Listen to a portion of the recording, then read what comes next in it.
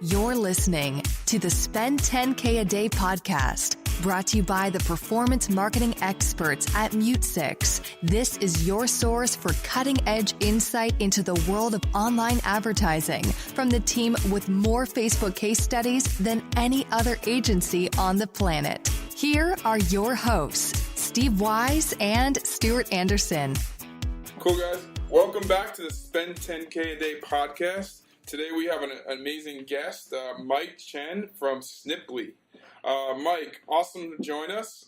Tell us a little more about yourself and Sniply. Thanks for having me. Yeah, we've been running Sniply for about 4 years, probably going on 5 now, largely in response to the huge rise of content curation that started happening about 5 years ago. That's when you got content marketing becoming a main thing in the business world. People were sharing articles on Facebook and Twitter and LinkedIn. But of course, at the time, you really you're sharing all these great articles, but what does it really mean for your business? And that's what Sniply was built for in response to that need.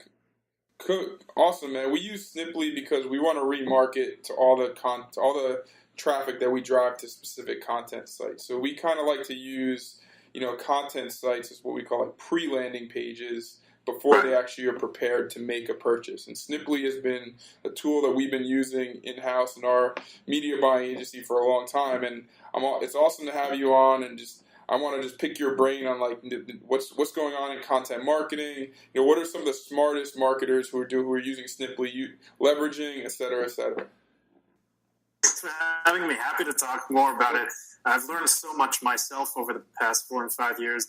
When we first started it, we weren't really sure what Sniply was going to be, and a lot of the advanced features, like the retargeting that you mentioned, was something that we added along the way through observations and discussions, conversations just like these, where we and our team are constantly learning about what people are doing, what they want to do, and we adapt the technology accordingly. So tell us, how did Sniply first start? What is the history of Sniply?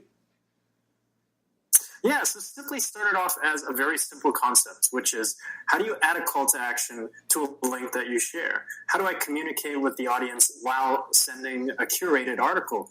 Earned media is a great example. Let's say publication writes about your brand. You want to share that link, of course, but the publication is not going to go through the trouble of making sure your links are properly in place or your call to action is there. So it all started with that question. How do we create an opportunity for conversion through curated content? And so the very, very first version of Sniply was first launched about 4.5 years ago. And it was a simple, there's no customizations, no retargeting. You just drop in a link and a simple message. And that little message just pops up on a black bar at the bottom of the screen.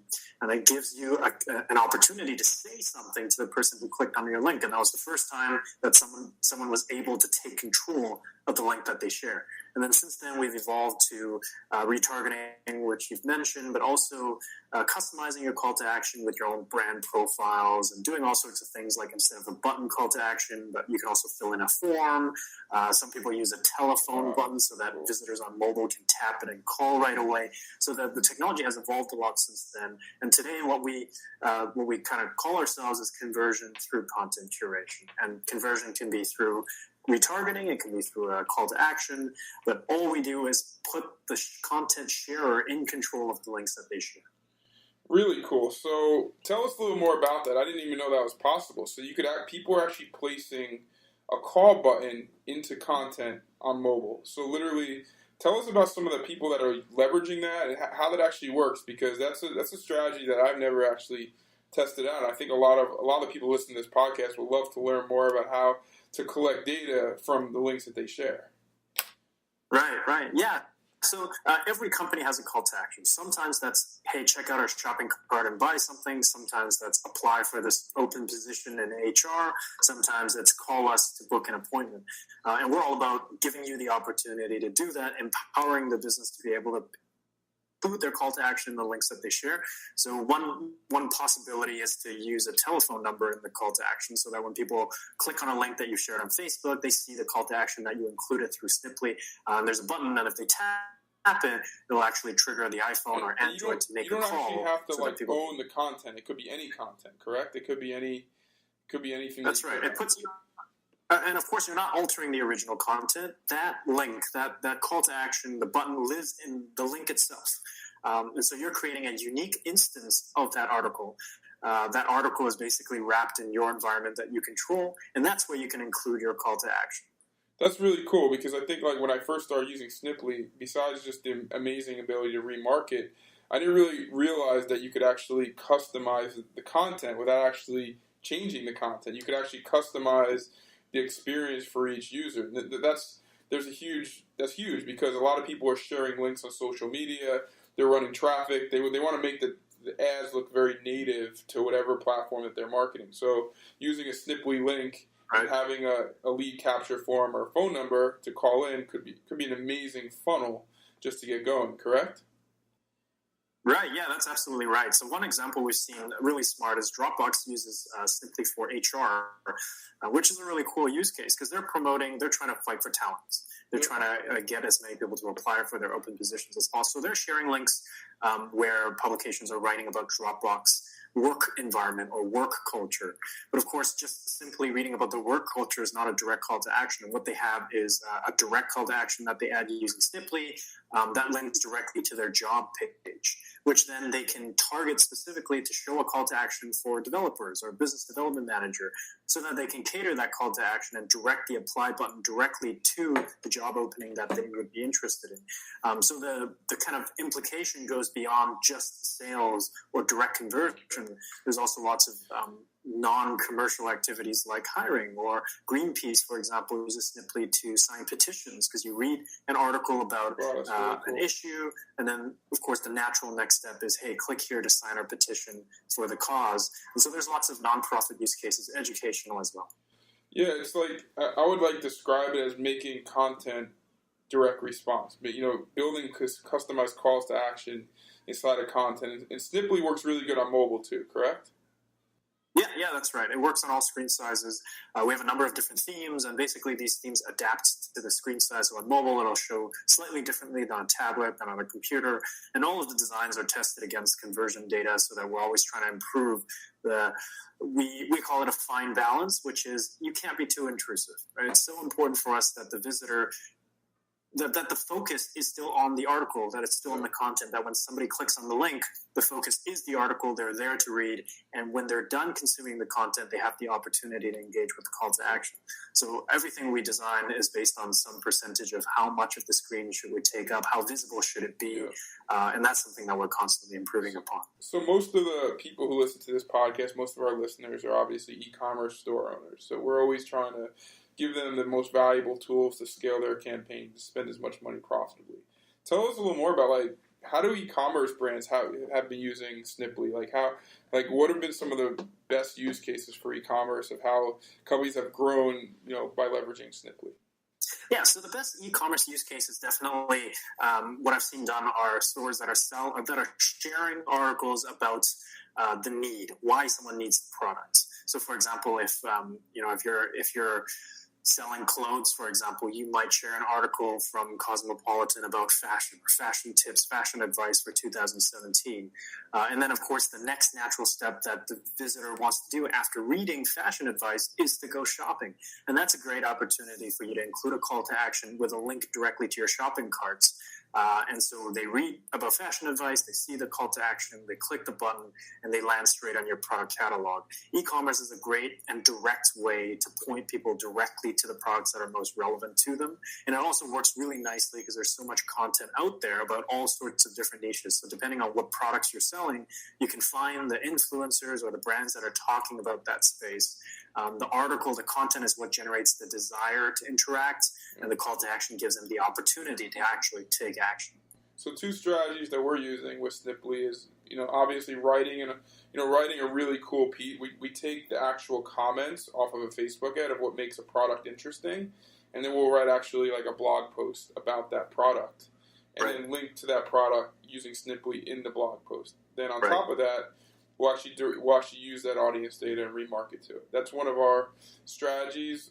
And another thing we're doing with Sniply is we're getting articles on like BuzzFeed and other sites where we can't place a pixel, and then we're using Pixely to remarket to audiences that we don't already pixel. Right, that's absolutely right. And I'd love to go a bit deeper into retargeting because it's also one of our most popular feature in recent years. And to elaborate on that, normally for people who haven't worked with retargeting before, you can only retarget people who visit your websites. Right. So Facebook gives you a pixel, you drop it on your HTML code.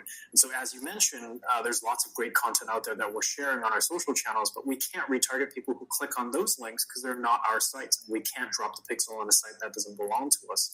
And what Sniply enables users to do is you can drop the pixel into your links so that no matter what you share, as long as people click on it, they'll be retargeted, and then you can show them ads based on the links that they've clicked. And so in your, for example, Facebook page, you may be sharing different types of articles. Again, going back to the fashion example, you might be selling men's fashion, but also women's fashion. And so what you can do is based on who clicks on what, and logically speaking, the men are clicking on the men's fashion article, the women are clicking on the women's fashion article. You can then tag both audiences, then retarget them using something like a Facebook ad campaign where you show a male-oriented ad for the people who clicked on the male fashion advice article, vice versa for female. So it simply opens up the opportunity for you to retarget with curated links rather than just your own website. That's awesome. I mean, that's exactly what we use it for. And I tell a lot of people that I talk to about Sniply over the that in the e-commerce space, about how amazing it is because, all these companies, they all get great press. They work so hard to get press in some awesome publications. But, the press, whether you're LA Times or, whoever, they're not going to put a conversion pixel for every advertiser they write about or a remarketing pixel on every one of their pages. So how do you leverage that press or that social proof in your paid campaigns? And I think Sniply is the main tool to leverage, social proof and press in your paid acquisition campaigns. Yeah, that's absolutely right. Another extra layer that you get with that is the on-page analytics. So one thing we also look at is normally when you're sharing articles from major press, you can get click data. So Facebook will tell you, hey, 1 million people clicked on this link. But you really have no idea about the engagement, what happens after they clicked on the link. Normally, if you just know 1 million people clicked on the link, what if the bounce rate is 99%? What if people spend less than 3 seconds on the page?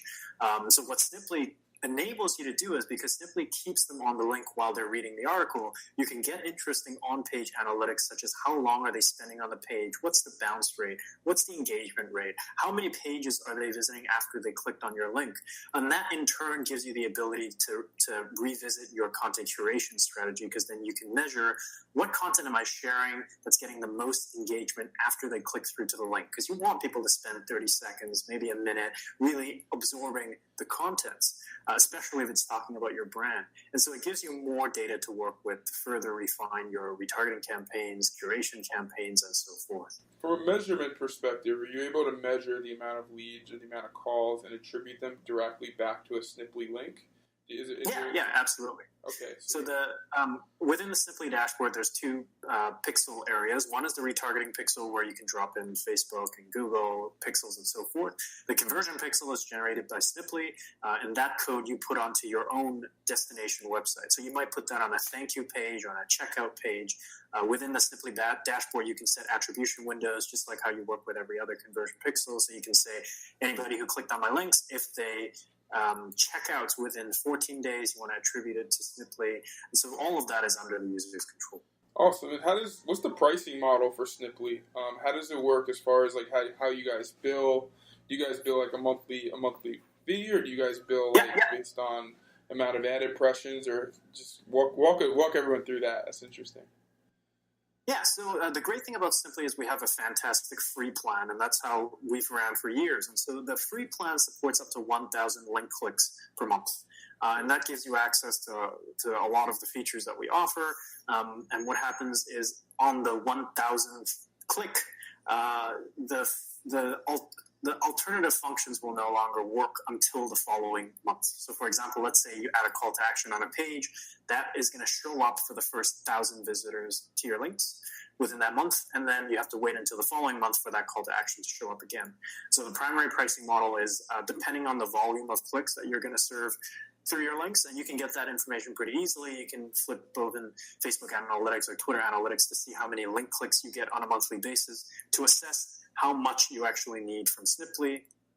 So we offer a number of different plans. The basic plan, for example, is 5,000 clicks per month. Then it goes up to 20,000 clicks, 50,000 clicks, 250,000 clicks per month. And they are charged in monthly subscriptions, but we also have annual subscriptions available as well. Awesome. And give us a little insight into what the future holds, man. What is the future of Sniply? What are you guys working on in the laboratory? You know, where's the product going? You guys are obviously experts at, you know, at marketing, content marketing for direct response. So give us some insight into what the future is, man, because that's what I'm always fascinated about. Is like, what's next? Like, what's the solution that we're providing next? Right. So Sniply runs on a basic concept where you come to us with a link and we give you something in return. So if you recall back to the 4 years ago minimum viable product, you give us a link, we give you back a link with your message on it. We're taking that same concept and we're now working with video contents. Over the past few years, as I'm sure everyone who studies marketing have heard, video content is just taking over. And so what we're doing now is we're working on a new artificial intelligence project. How it works is you give us a blog post and the system actually gives you back a video. So it creates some very interesting opportunities. Wow, interesting. Because normally to create a video is very complicated. You got to download a bunch of software, maybe hire an editor to produce a video, and it could take days, maybe weeks. Our goal is so that you give us a blog post and the system spits you out a video that you can share within minutes. And again, it can talk about fashion advice, going back to a previous example, and then adding the call to action to the video post through a lot of the new tools that Facebook is now offering, or even a video ad.